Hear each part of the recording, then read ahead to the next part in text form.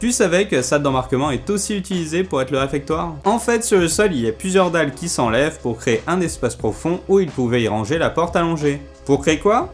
La salle où ils mangent tous ou quand ils ont besoin d'espace, comme ici avec le Dart. Et vous avez déjà vu ce qu'il y a derrière les marches d'Atlantis? Bon, en fait, pas grand chose comme c'est un décor, mais c'est sympa à voir. Ça casse un peu le mythe. Salut les gars, aujourd'hui on s'attaque à la saison 2 de Stargate Atlantis et je vous ai réuni toutes les anecdotes que j'ai pu trouver.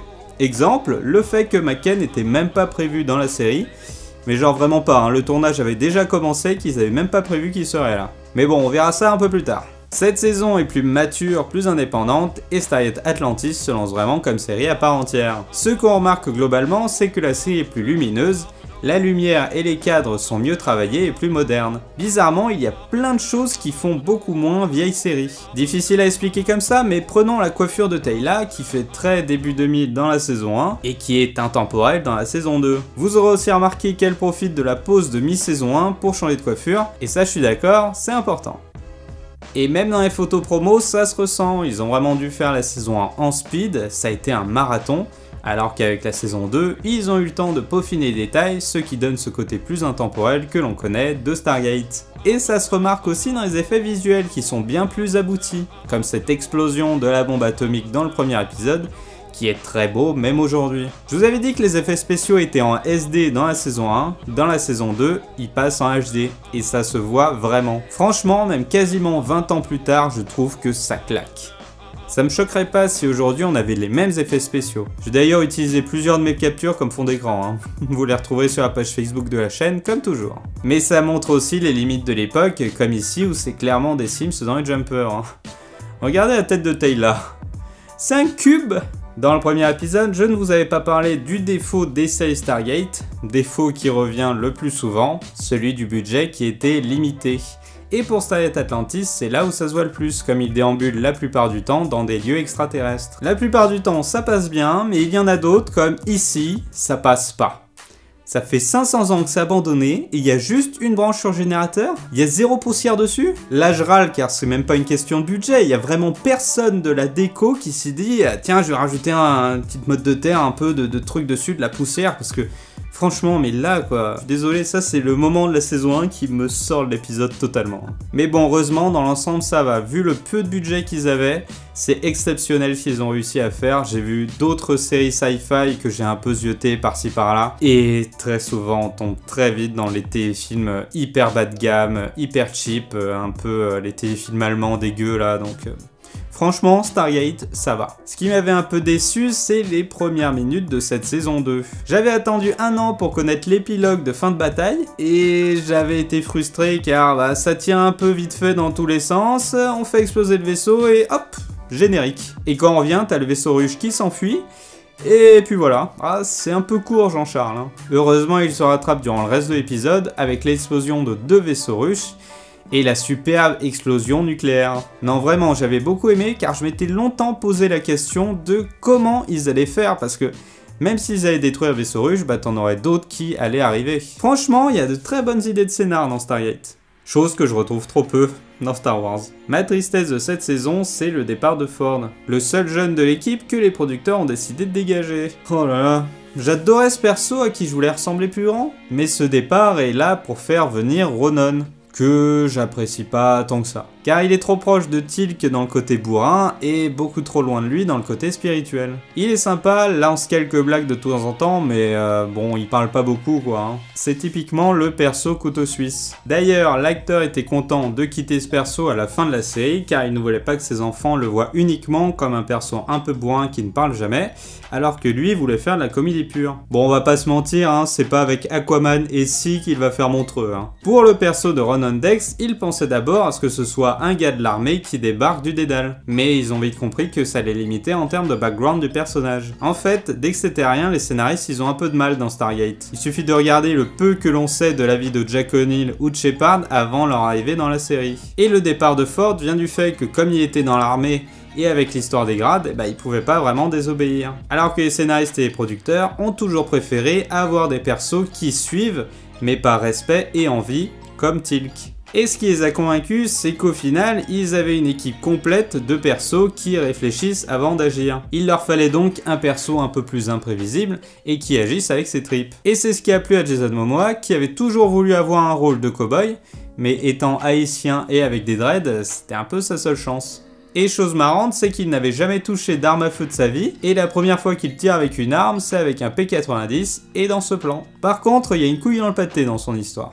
Il explique que ça fait des années que c'est un coureur, donc on peut estimer qu'il a bien tué des centaines de races. Alors pourquoi, à aucun moment, il n'y a pas un race qui s'est dit qu'il serait temps d'arrêter les frais avec ce gars? Il dit que les coureurs sont là pour entraîner les races. Mais là, c'est pas de l'entraînement, c'est juste du massacre. Et puis imagine s'il se met à coucher avec une meuf différente sur chaque planète. Au bout de 200 ans, ils vont se retrouver avec des légions entières de Jason Momoa. Eh mais ça ferait une bonne idée de spin-off ça, le retour des clones de Jason Momoa. En 2 secondes, j'ai une meilleure idée que la plupart des séries Star Wars. C'est affligeant. Pendant la pause entre les 2 saisons, ils en profitent pour modifier un peu les décors, en particulier le bureau de Ware qu'ils ont agrandi. Car à la base, ça ne devait pas être son bureau. Durant le pilote, elle arrive et pose son sac, et ça a plu au producteur. Donc pendant la pause entre les 2 saisons, ils l'agrandissent pour pouvoir faire plus de réunions de l'équipe dans cette pièce-là. Durant la première saison, l'infirmerie, la chambre de Teyla et le bureau de McKay sont une seule et même pièce. Là, ils ont construit le bureau de McKay intégralement. Tout ça, c'est des choses que l'on ne remarque pas. Bon, pour le bureau de Ware, j'avais un peu remarqué vite fait, mais il y a ça que j'avais vu.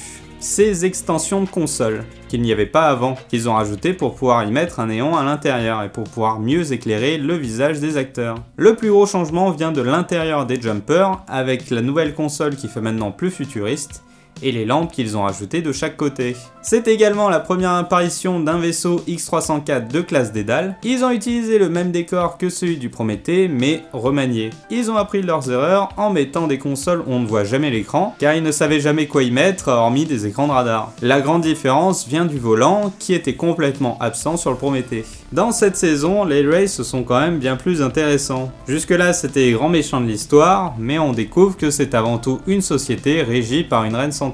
Et qu'ils ne sont pas seulement gré, méchants, ils sont aussi très intelligents. Bon, sauf en ce qui concerne Ronan. Du côté de SG1, pour les Goa'uld, pendant très longtemps, ils étaient un peu condescendants, sans âme, ils étaient un peu tous les mêmes. Là, c'est différent et je trouve que ça rajoute à la peur qu'ils inspirent. On en sait d'ailleurs plus sur leurs origines avec l'épisode Mutation, où Beckett, avec un coup de baguette magique, change le profil ADN de tout le monde, ce qu'on retrouvera trop souvent dans la série. Mais on découvre surtout leurs origines, car certains grandissent de manière naturelle et mangent comme les humains, tandis que d'autres sont créés un peu comme des Uruk-hai. Cet épisode pose aussi les bases de la grosse problématique des races, puisqu'ils sont totalement dépendants des humains, et que même s'ils sont gentils, ils doivent tout de même tuer pour continuer à vivre. Mais le fait d'avoir des aliens méchants et d'une autre espèce était d'une bonne idée, car dans SG1, les Jaffa et les Ori étaient des esclaves. Du coup, tout combat devenait de véritables génocides. Alors que là, on s'en fout, ils sont dégueux. Et petite anecdote, c'est que les acteurs race se bousculaient presque systématiquement dans chacun des plans, car ils avaient beaucoup de mal à voir avec leur maquillage. En particulier ceux-là, qui ne voyaient vraiment rien.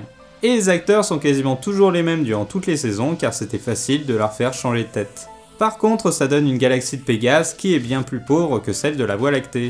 Dans SG1, on découvrait un peu une nouvelle culture et une nouvelle mythologie sur chaque planète. Là, on a une galaxie beaucoup plus homogène avec le grand méchant, les races, et les dieux qui sont les ancêtres. Durant cette saison, il y a des épisodes vraiment que j'adore, comme IA, qui est sûrement l'épisode de Stargate Atlantis que j'ai le plus vu. C'est un épisode qui utilise énormément du lore de Stargate et qui est très bien réalisé. Il n'y a bien sûr qu'un seul F302 dans les studios et pour simuler qu'il y en a plusieurs, ils ont rajouté plein de petits détails, des porte-clés et plein de photos pour faire croire que chaque pilote avait rajouté un élément personnel dans son vaisseau. Accord perdu, qui est un épisode centré sur McKay et Beckett, qui est très drôle et touchant, qui nous en apprend enfin plus sur la technologie Race avec cet énorme dart qu'ils ont construit. C'est dommage que Beckett n'ait pas pécho Cadman au final. Et dans les bonus, il parle énormément de ce baiser qui les a traumatisés, comme ici. David and Paul get along so well. They're best friends here in Vancouver. This is disgusting, unprofessional behavior. Yeah. And they're playing for the camera. He's a lonely, lonely man. Oh, caught on video. L'expérience interdite, centrée sur la technologie des anciens et la relation entre Shepard et McKay, qui créera ce running gag de la destruction d'un système solaire. J'aime beaucoup cette relation entre Shepard et McKay car ils sont tous les deux experts de quelque chose et se respectent pour ça. Ils font plus amis que dans la saison 1. D'ailleurs, pour incarner le colonel Shepard, à la base, les producteurs voulaient Ben Browder. Mais à ce moment-là, il bossait sur la série Farscape. Donc dans une autre réalité, on peut imaginer que Joe Flanagan commandait SG-1. Cette saison est aussi l'occasion de voir enfin un vrai vaisseau des anciens, avec de vrais anciens aux commandes. Épisode un peu décevant, je vous avoue, mais qui est rattrapé par Inferno que j'adore, hein, vraiment dans mon top 5 des épisodes préférés. De toute manière, tous les épisodes centrés sur McKay et tous les épisodes où il sauve tout le monde à la dernière seconde sont mes préférés. Du coup, j'ai du mal à imaginer ce qu'aurait donné la série Stargate Atlantis sans McKay. Pour le vaisseau l'Orion, vous ne l'avez sûrement pas remarqué, comme moi, mais il y a des sièges. Dans l'épisode L'Aurore, il n'y avait pas de siège. Pour cet épisode, le réalisateur a exigé qu'il y ait des sièges, pour des raisons de mise en scène et puis aussi pour combler, parce que ça faisait un peu vide le décor. Et on lui a demandé comment il justifiait le fait qu'il y ait des sièges dans l'Orion et pas dans l'Aurore. Bah, il leur a simplement dit que l'Orion était une édition limitée beaucoup plus chère à produire. Bon, en gros, il n'y avait pas de siège dans l'Aurore pour des questions de budget, donc le réal il a voulu des sièges. Il n'y avait pas de budget pour créer de nouveaux sièges, donc il a pris les sièges qu'il y avait déjà dans les jumpers et il les a mis dans l'Orion. On les reconnaît bien là, surtout le socle sur lequel ils sont posés qui bouge d'avant en arrière. C'est aussi pour ça qu'il y a la blague de Beckett qui n'arrive pas à trouver de siège. Voilà, fin de cette histoire de siège. Non, franchement, dans cette saison, il y a plein d'épisodes qui sont mes préférés, comme l'ivresse des profondeurs. Le pitch de base voulait que McKay soit coincé au fond d'un puits. D'ailleurs, quand on y réfléchit, on a vraiment l'impression que les scénaristes avaient vraiment envie de faire souffrir au maximum McKay. Ils le font se balader dans la forêt en combinaison, ils le piègent pendant des heures au fond de l'océan, il prend une grosse dose d'enzymes pour s'échapper, ils le font se suspendre par les pieds. D'ailleurs, pour cette séquence, l'acteur s'ennuyait sur le tournage, alors il s'est gavé de bâtonnet Findus juste avant de tourner, ce qui fait qu'il devait le détacher assez souvent pour qu'il aille vomir derrière un buisson. Et dans Tempus Fugit, il démontre une fois de plus qu'il est le meilleur dans les moments de crise. Dans celui-ci, dès qu'il comprend ce qui arrive à Shepard, il réagit tout de suite sans jamais s'arrêter. C'est dans ces moments-là qu'il est le meilleur. J'aime bien cet épisode, mais je trouve un peu dommage qu'ils aient rajouté la créature pour créer de la tension et de l'action. J'aurais préféré avoir un Shepard qui essaye de trouver une solution pour se sortir de là, tout en étant tenté d'arrêter de se battre pour faire l'ascension. Petite info sur McKay qui est le dernier à être arrivé dans l'équipe. A la base, il devait s'appeler Ingram et était un scientifique afro-américain. Le scénariste a écrit les dialogues en pensant au personnage de McKay, et au final c'est un peu au dernier moment qu'ils ont décidé de rappeler David pour lui proposer de reprendre le rôle de McKay, puisqu'il était déjà apparu dans SG-1. Mais quand je dis au dernier moment, c'est vraiment le cas puisqu'il a reçu le coup de fil lui proposant le rôle, il a dit tout de suite oui, il a pris directement l'avion, et à sa sortie de l'avion, il était sur le tournage, et là, on était déjà le deuxième jour de tournage du pilote. Au fait, tu avais vu que l'acteur du Dr Beckett, il apparaissait déjà dans SG-1 ? C'est le premier homme à traverser la porte en scaphandre dans la saison 1. Et c'est aussi un peu le dernier homme à traverser la porte en scaphandre. Vous vous souvenez, Ernest ?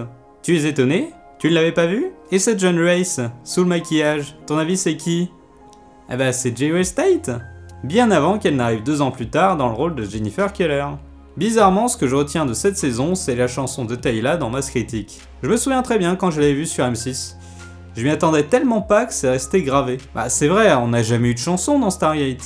Et là, c'est super beau, c'est épique, c'est vraiment l'actrice qui chante en plus. Ils ont fait un premier enregistrement en studio, mais ça sonnait trop musique enregistrée, alors ils ont enregistré sa voix directement sur le tournage. Le double épisode de mi-saison est vraiment bon, avec McKay qui se transforme en Super Saiyan, et le grand retour de Ford. Les scénaristes avaient promis qu'il serait récurrent, mais ça restera son unique retour dans la série. Et ça, je suis vraiment deg. Martin Wood a dit qu'il trouvait qu'Atlantis ressemblait trop à SG-1. Donc pour la saison 2, il a vraiment insisté auprès des réals de chaque épisode pour que ceux-ci changent leur mise en scène, essayent de nouvelles choses, et aussi qu'il se passe plus de choses sur Atlantis, pour se différencier de SG-1. Et je sais pas vous, mais ça, je suis vraiment d'accord. Après, tout n'est pas nickel dans cette saison, hein. Il y a des épisodes vraiment moyens, comme Possédé avec Weir et Shepard qui se font la guerre dans la cité, Traitement de choc qui est la naissance de Michael, au final le grand méchant de cette série, mais j'accroche pas à l'épisode. Eh, t'as vu, j'ai un vagin au milieu de la main. La Tour qui est sûrement un des épisodes les plus cheap de la série, qui heureusement est marrant sur certains points, avec Shepard qui se fait draguer dans tous les sens. Mais j'avais vraiment été déçu par cet épisode, déjà par le côté cheap, mais aussi parce que j'avais été méga hypé de savoir qu'il y avait une sœur jumelle de la cité d'Atlantis, mais au final on n'en fait rien du tout. Tout ce qu'on fait à la fin de l'épisode, c'est ah bah on a ramené quelques drones, on a ramené quelques jumpers, et puis voilà. Donc c'est très décevant quand même, il y a des fois, ils pitchent des trucs pour hyper au max, mais ils font rien derrière. Il y a aussi l'épisode 17 avec les Jedi, bon je vous l'avais dit, moi les Jedi c'est pas mon truc, alors bon... Bof bof, hein. Ou encore l'Aurore qui promettait d'être intéressant puisque l'on rencontre enfin des anciens, mais il rate le coche complètement, on n'a pas le temps de discuter ou d'apprendre des choses d'eux. Ça aurait pu être n'importe quelle autre civilisation extraterrestre que ça aurait été la même. D'ailleurs, pour Ronan, dans la combinaison spatiale, en fait, c'est une doublure, car la tête de Jason ne rentrait pas à cause de ses dreadlocks. Et en début de saison, chronologiquement parlant, c'est la première apparition du général Landry, car ça se passe avant l'arrivée de Mitchell au SGC. On notera également l'apparition de Carter dans Ivresse des Profondeurs, c'est toujours cool les épisodes où ils sont ensemble, car McKay essaye toujours de démontrer qu'il est le plus intelligent, tandis que Carter, qui reste la meilleure, reste toujours bien au-dessus de ça, même dans une hallucination. Ce qui montre bien que dans un sens, McKay a un grand respect pour Carter. Ah, ça m'a fait du bien de parler avec vous de cette saison 2, de me replonger là-dedans, de la revoir. Vivons qu'on attaque la saison 3 qui reste pour moi la meilleure de la série. Allez, je vous laisse les amoureux. Les amoureux. It was a lot of kissing. It was a lot of kissing, and at first I want to kiss the guy, Hewlett. Just nice lips on him, and it's weird how he just held me, and I really It's the enjoyed worst breath I've ever. It's a horrible kisser. I'm not never again. Yes. Never, ever. Stop and no more flowers, no more chocolates. It's over. Just sad. Really sad. I got him. He is all over me.